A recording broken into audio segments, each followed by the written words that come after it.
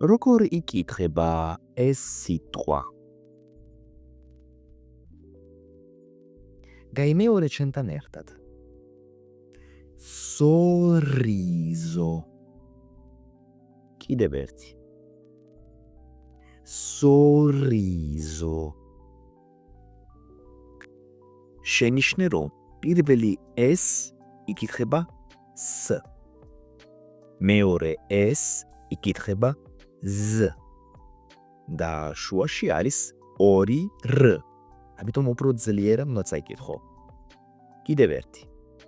სორიზო. აი ერთი მაგალითი ამ სიტყვით. Il sorriso è contagioso.